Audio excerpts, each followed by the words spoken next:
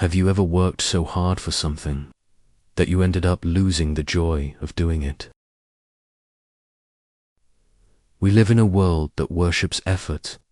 Grind harder, no days off, push through it. But what if the reason you're stuck isn't because you're not trying hard enough, but because you're trying in the wrong way? In this video, we'll explore a paradox from psychology, why sometimes the harder you push, the slower you move, and by the end, you'll learn how to succeed without burning yourself out. We've all seen it. The friend who works 70 hours a week, but never seems happy or fulfilled, or the artist who keeps creating non-stop, but suddenly forgets why they started in the first place. This is called the effort trap. When you confuse motion with meaning, psychologists call it cognitive constriction. When stress narrows your mind until all you see is the next checkbox. You become so focused on doing more that you lose the capacity to think better. It's like trying to untie a knot by pulling harder.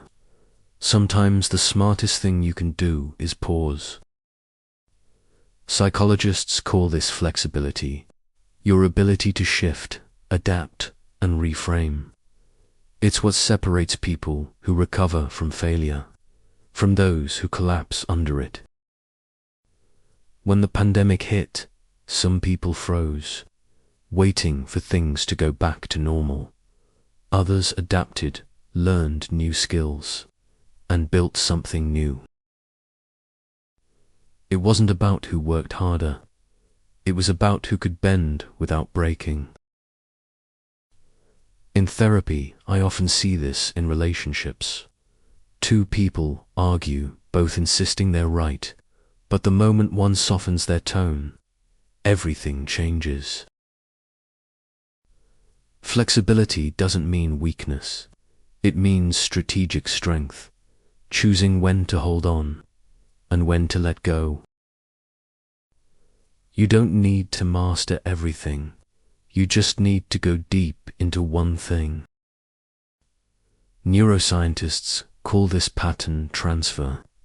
When you master one craft, like music or coding, your brain builds patterns of focus and patience that apply to everything else. That's why Steve Jobs studied calligraphy. Before building Apple, depth creates clarity. Shallow effort creates noise.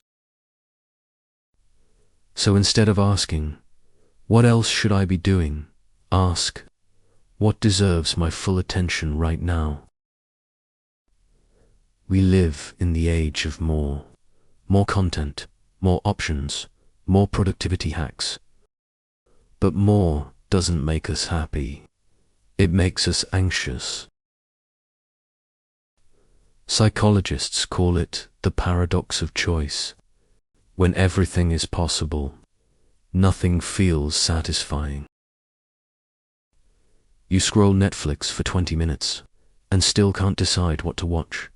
You check your phone 60 times a day, and each time your brain resets to zero.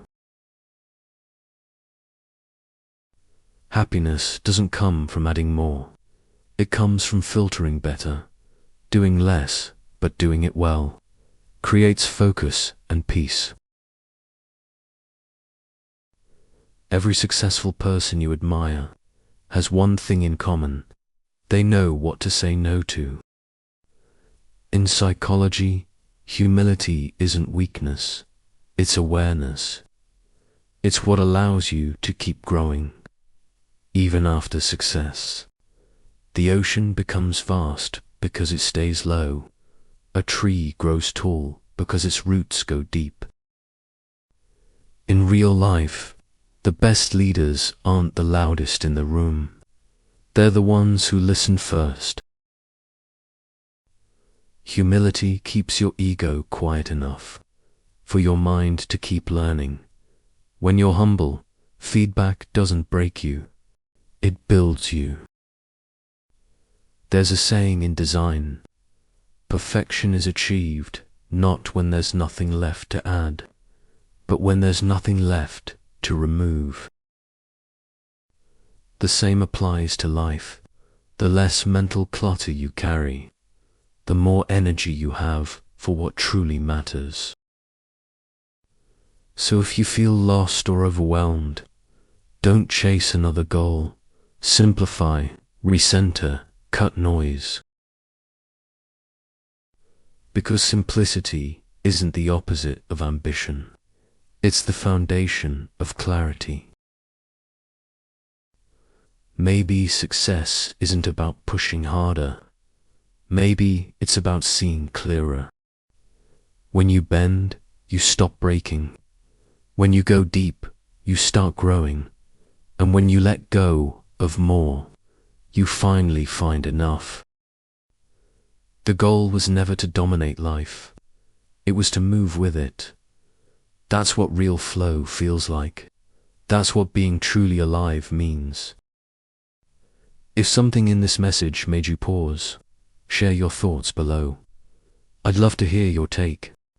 And if you want to keep exploring how the mind works, grows, and heals, consider subscribing.